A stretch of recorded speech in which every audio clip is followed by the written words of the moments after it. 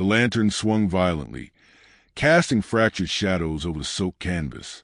Beside her, little Samuel whimpered beneath a thick wool blanket. His tiny fingers clutched at her skirts, his body shivering as he pressed against her. She couldn't afford to comfort him. Not now. Not when every second counted. "Hold on, sweetheart," she murmured, voice barely audible over the roar of the storm. Lightning split the sky, illuminating the dark stretch of road ahead. The town of Fort Ashford was still miles away, and already the weight of exhaustion was pulling at her bones. It had been days since she'd last stopped for proper rest, but stopping now meant exposing herself and Samuel to dangers far worse than the elements. Then came the sound, a sickening crack beneath them. The left wheel snapped, and before Eleanor could react, the wagon lurched violently to one side. She shrieked, grabbing for Samuel as the entire rig tipped. Wood splintered, horses screamed, and the world became a dizzying blur. Eleanor hit the ground hard, her breath knocked from her chest. Her ears rang as she struggled to right herself, rain pouring into her eyes. "Samuel!" she gasped, crawling across the soaked ground. A small, pitiful sob answered her. She scrambled toward the sound, heart hammering as she spotted his tiny form in the mud, his cheeks streaked with rain and tears. "I'm here, sweetheart," she whispered, scooping him into her arms. He clung to her, his little body trembling violently. The horses thrashed in their harnesses, their eyes rolling in terror. Eleanor knew she had to get up, had to move. The storm was only part of the danger. Nightfall was coming fast, and the wilderness held no mercy for a woman alone. Then she saw them, two glowing eyes in the darkness. Her breath hitched as she turned her head, her pulse hammering in her ears. Just beyond the broken wagon, a shadow moved, sleek and low to the ground. A wolf. Another pair of eyes blinked open beside it. Then another. Cold terror coiled around her spine. The storm had masked their approach, and now they were watching, waiting.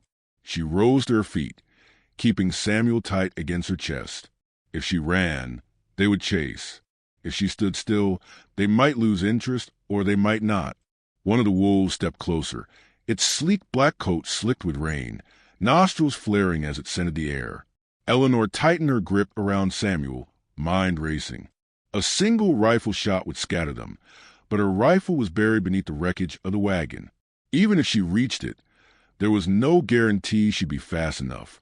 A deep, guttural growl rumbled through the night. The largest of the wolves, a towering gray beast, stepped forward, baring its teeth. Eleanor felt her knees go weak. Her grip on Samuel tightened as she slowly, carefully stepped backward. If she could reach the lantern. Suddenly, the night exploded with light. Flames, torches. A dozen flickering orbs pierced the darkness as men on horseback emerged from the storm, their voices rising above the howling wind. The wolves scattered, vanishing like ghosts into the black. Eleanor barely had time to react before the first rider swung down from his saddle. "Well now," a voice drawled, rich with amusement. "What do we have here?" Eleanor turned, blinking against the light. A group of men, settlers by their dress, armed with rifles and pistols, had surrounded the wreckage. The leader, a broad-shouldered man with a thick beard and eyes sharp as flint, stepped forward. She knew that face. Ambrose Kane, a man as feared as he was respected in these parts. "Looks like you took a spill, Mrs. Dawson," he said, his voice smooth yet laced with something unreadable. "Storm's a nasty one. Dangerous place to be alone." Eleanor swallowed hard, every instinct screaming at her to be cautious. She knew Ambrose by reputation alone. A landowner, a businessman, but also a man who had a way of getting what he wanted, one way or another. I was on my way to Fort Ashford," she stammered. "My son and I, we need help." Ambrose tilted his head, regarding her. The rain slid down his face, dripping from the brim of his hat. His lips curled into something that was not quite a smile. "Help," he echoed. "Well, now that's a mighty fine word. Help." Behind him, the other men exchanged looks. One chuckled under his breath. Eleanor's grip tightened on Samuel.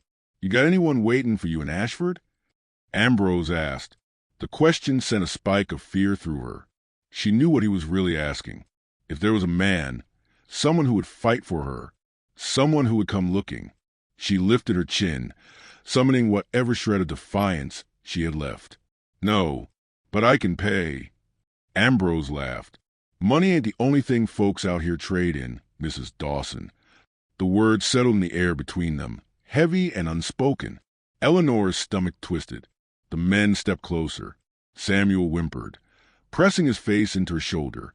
The storm raged on, drowning out everything but the pounding of her heart. Eleanor sat rigid on the wooden chair, her hands folded tightly in her lap to hide the tremor in her fingers. The air inside the sheriff's office was thick with the scent of damp wood and stale tobacco, the walls lined with yellowed wanted posters curling at the edges. The weight of Ambrose Kane's gaze pressed against her like a physical force, heavy and suffocating. He leaned against the desk, arms crossed over his chest, eyes gleaming with quiet satisfaction. For Ashford ain't kind to a woman without a husband, Mrs. Dawson, he said, his voice smooth, measured. Folks round here understand that a widow needs protection, a strong man to keep her safe. Eleanor clenched her jaw. Protection. The word felt like a noose tightening around her throat. She knew what he meant, what he expected. There had been no choice. Not really. She had seen the way the townspeople looked at her, the silent verdict in their eyes. A woman alone was vulnerable, a burden, an easy target. And with Samuel at her side, the danger was doubled. Ambrose pushed off the desk and took a step closer. The dim lantern light flickered over his features, casting shadows that made the hollows of his face more pronounced. You sign the paper, Eleanor, and you get a roof over your head, food on the table. Your boy gets a father. His smile was slow, deliberate. It's a fair deal. A fair deal. She swallowed back the bile rising in her throat. Her mind screamed at her to refuse, to fight, to run. But where would she go? The wilderness had nearly killed them once, and there was no one left to take them in. The ink on the marriage certificate was barely dry before she felt the last of her freedom slip away. The wedding was a cold, mechanical thing, held in the back room of the saloon, where a retired circuit judge muttered vows while the scent of whiskey clung to the air. There were no well-wishers, no flowers, no whispered congratulations. Just a contract, a transaction. When Ambrose pressed his lips to hers, it was not an act of affection, but a claim. That night, Samuel clung to her as they lay on the cot in Ambrose's cabin, his small body trembling against hers. The walls were thin, and through them she could hear the low murmur of men's voices, the clink of glasses. Ambrose was celebrating, laughing, while she lay awake staring at the darkened ceiling. Her fingers brushed against the bruises on her wrist where he had gripped her too hard during the ceremony. Days turned to weeks, and Eleanor learned quickly what it meant to be Ambrose Kane's wife. He was a man who demanded obedience, who expected silence. His grip on her life was as tight as his grip on her arm whenever she displeased him. The bruises were easy to hide at first, but the weight of his presence was harder to escape. He controlled the money, the supplies, the very air she breathed. Samuel had become quieter, his laughter now a rare thing. He would not look Ambrose in the eyes, would not speak in his presence. Eleanor did everything she could to shield him, to keep him from drawing attention. She learned how to move carefully, how to anticipate Ambrose's moods. She learned that defiance was met with consequences. One evening, as she scrubbed clothes in the wash basin behind the house, she heard the rhythmic thud of hooves approaching. She stood, wiping her damp hands on her skirt, her pulse quickening as she spotted a group of riders nearing the settlement. They rode with quiet confidence, their movements deliberate, their dark hair tied back, adorned with beads and feathers. Cheyenne, the lead rider, was tall, his broad frame draped in a long, earth-toned robe. His presence commanded respect, his gaze sharp and unreadable beneath the brim of his hat. Even from a distance, Eleanor felt the weight of his stare, a piercing thing that sent a shiver through her spine. Ambrose stepped onto the porch, arms crossed, his posture tense with something bordering on hostility. Well, he muttered. Looks like the savages want something. The riders dismounted, their movements graceful, controlled. The leader approached, his expression unreadable. We have come to discuss the trade routes, he said, his voice calm but firm. The agreement must be honored. Ambrose scoffed, spitting into the dirt. "Is that so, Chief?" His voice dripped with mockery.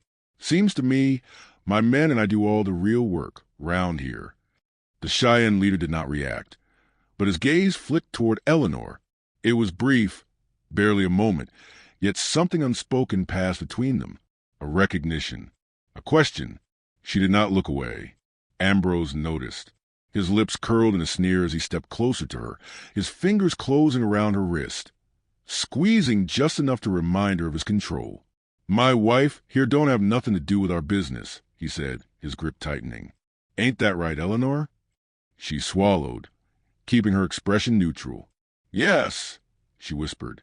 The Cheyenne leader held her gaze a second longer before turning back to Ambrose. "The terms will not change," he said. "We will take what is rightfully ours." Ambrose's knuckles whitened around her wrist before he let go. "We'll see about that," he muttered. As the Cheyenne mounted their horses once more, Eleanor felt her breath come easier. But just as the leader turned his horse, his eyes met hers again. There was no hostility there, no demand, only quiet understanding, and something else, a promise. That night, Ambrose drank himself into a foul mood, pacing the cabin like a caged animal. Eleanor sat by the fireplace, silently darning a pair of Samuel's socks, trying to make herself small. Samuel slept in the corner, his tiny chest rising and falling in soft breaths. "I saw the way you looked at him," Ambrose muttered suddenly. She froze, the needle pausing mid-stitch. Ambrose turned, his face shadowed by the flickering light. "Don't play dumb with me, woman. I saw it." He took a slow step forward, his boots heavy against the floor. "Think he'd be any better than me?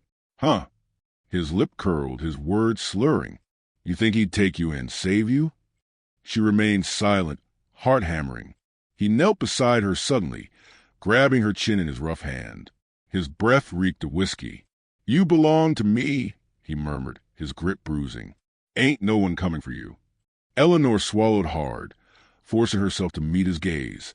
But in her mind, she saw the Cheyenne leader's face, and she prayed he was wrong. The night was thick with silence, the kind that pressed against the skin and filled the lungs with something heavy, something ominous. Eleanor moved like a shadow, her heart slamming against her ribs as she bundled Samuel into her arms. His small body was limp with sleep, his breath warm against her neck.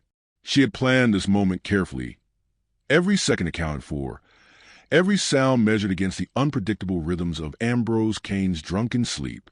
The floorboards beneath her feet moaned softly as she stepped across the cabin. She froze, listening. A low murmur drifted from the bedroom, the sound of Ambrose shifting in his sleep. Her pulse stuttered. She waited, counting the breaths between his movements, before easing forward again toward the door. Outside, the wind had settled, leaving the world in a breathless hush. The sky was clouded, smothering any light from a moon. Perfect. She had chosen this night for that reason. The less light, the less chance of being seen. The canoe was waiting by the river. She had hidden it 3 nights ago beneath a tangle of reeds, checking it every evening when Ambrose was occupied at the saloon. If she could make it there, she and Samuel could be gone before anyone noticed. She stepped off the porch, the cool night air raising gooseflesh along her arms.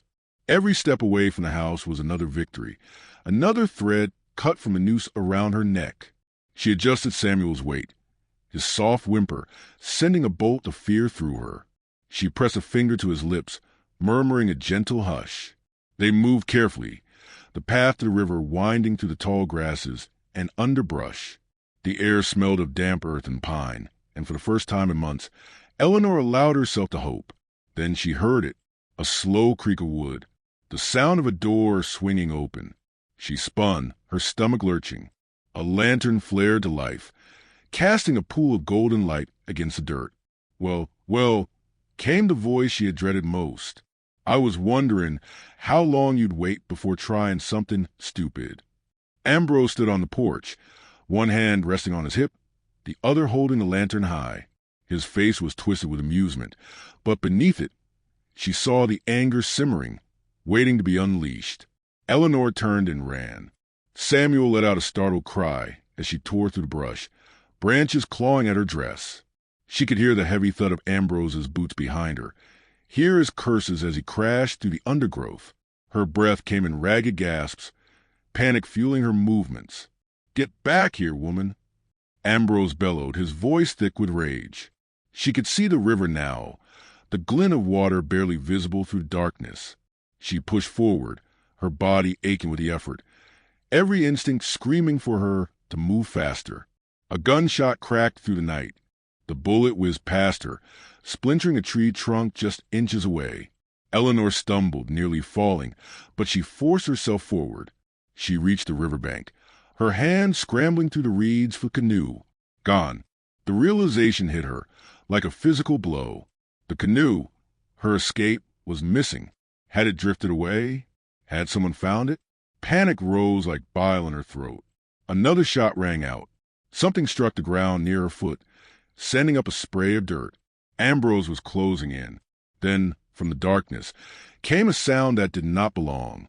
A sharp, high whistle. It cut through the night like a blade. Then, a flurry of movement. Ambrose barely had time to react before the first arrow struck. It buried deep into the ground inches from his boot. He staggered, cursing, his gun swinging toward the direction of the attack. More arrows came, slicing through the air.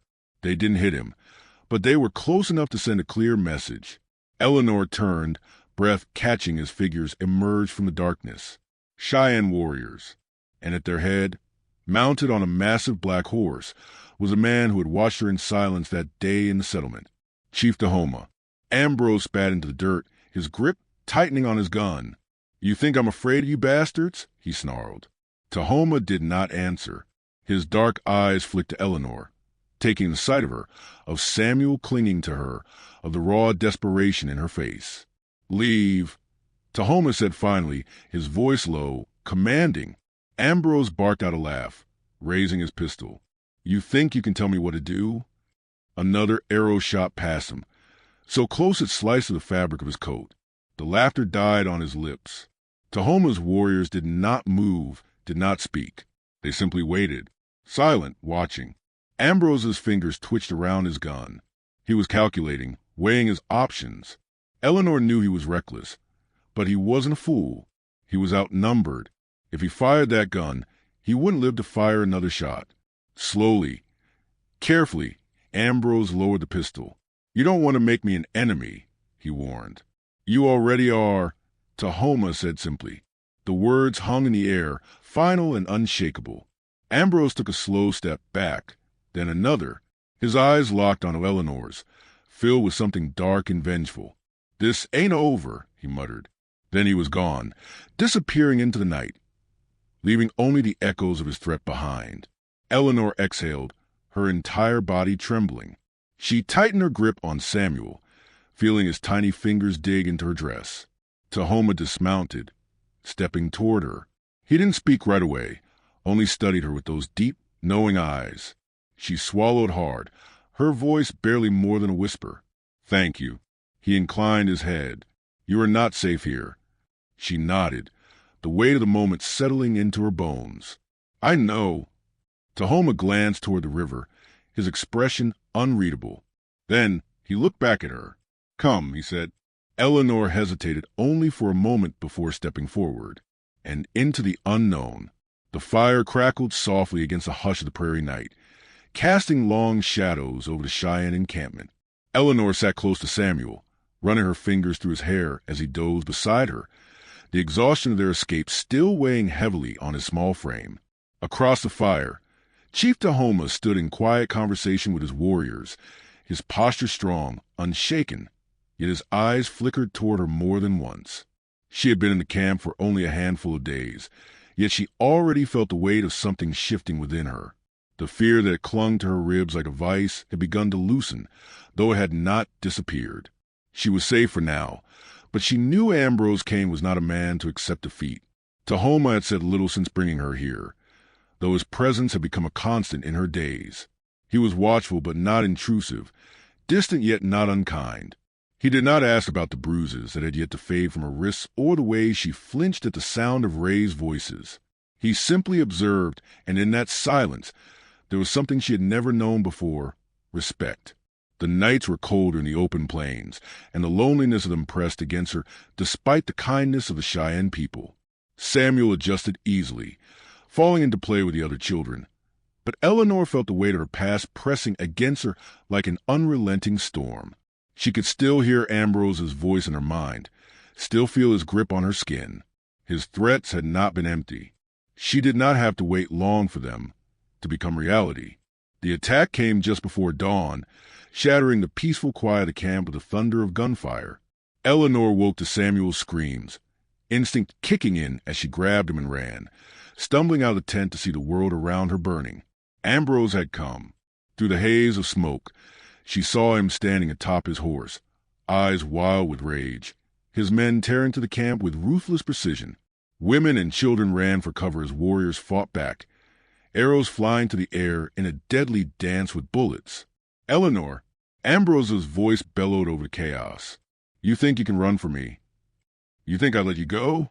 Her breath came fast and shallow as she clutched Samuel to her chest, her mind racing. He wouldn't stop. He never would. If she didn't end this now, she would never be free. Then she saw him. Tahoma, stepping through the smoke, his bow in hand, his expression unreadable. He moved with the calm of a man who had seen war before, who knew the weight of life and death. Ambrose saw him too. "You should have stayed out of this, Chief," Ambrose sneered, dismounting his horse with practiced ease. He leveled his revolver, pointing it directly at Tahoma's chest. "This ain't your fight." Tahoma did not flinch. "You came into my home, burned my people's land," he said. "That makes it my fight." Ambrose grinned, though there was nothing joyful about it. "Then you'll die for it." The moment seemed to stretch endlessly, time slowing as Eleanor watched Ambrose's finger tighten on the trigger. And then she moved. She didn't think, didn't hesitate. She reached for the rifle one of the fallen warriors had dropped, her hand steady as she lifted it, the weight unfamiliar but certain in her grip. She had never killed a man before, but she had also never been given a choice. She fired. The shot rang through the camp, cutting through the noise of battle. Ambrose staggered, his expression twisting into something almost incredulous as blood bloomed across his chest. His gun slipped from his fingers, landing in the dirt with a lifeless thud. He swayed, eyes locking onto hers one final time before he collapsed, his body hitting the ground with sickening finality. Silence followed. The gunfire faded, the attackers retreating as quickly as they had come, their leader now lying motionless in the dirt. The fire still burned, smoke curling into the early morning sky, but the battle was over. Eleanor stood frozen, the rifle still clutched in her hands, her breath ragged. Her entire body trembled. But she did not look away from the man who had once owned her, who had once controlled every aspect of her life. Now he was nothing. She felt Samuel's small hands gripping at her dress, his face buried against her side. Slowly, she exhaled, lowering the rifle. Tahoma stepped beside her, silent as he regarded the fallen man at their feet. After a long moment, he turned to her. "You are free now," he said. The words sank deep into her bones, settling into the space where fear had once lived. She looked up at him, searching his face for something, an answer, a reassurance, something to ground her in this moment of unfamiliar liberation. She found it in his eyes. The days that followed were quiet. The camp worked together to rebuild what had been lost, to bury the fallen, to mourn and to heal. Eleanor spent her time helping, her hands finding work among the women, her voice softer but no longer silenced. Tahoma remained near, though he did not push. He watched her the way he always had, with patience, with understanding. One evening, as the sun dipped low over the horizon, painting the sky in strokes of fire and gold, he found her by the river. "You saved my people," he said simply. She shook her head.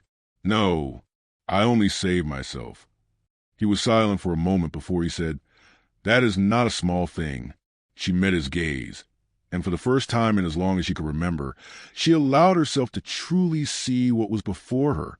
Not just safety, not just refuge, but something else, a chance, a choice. She had never been given that before.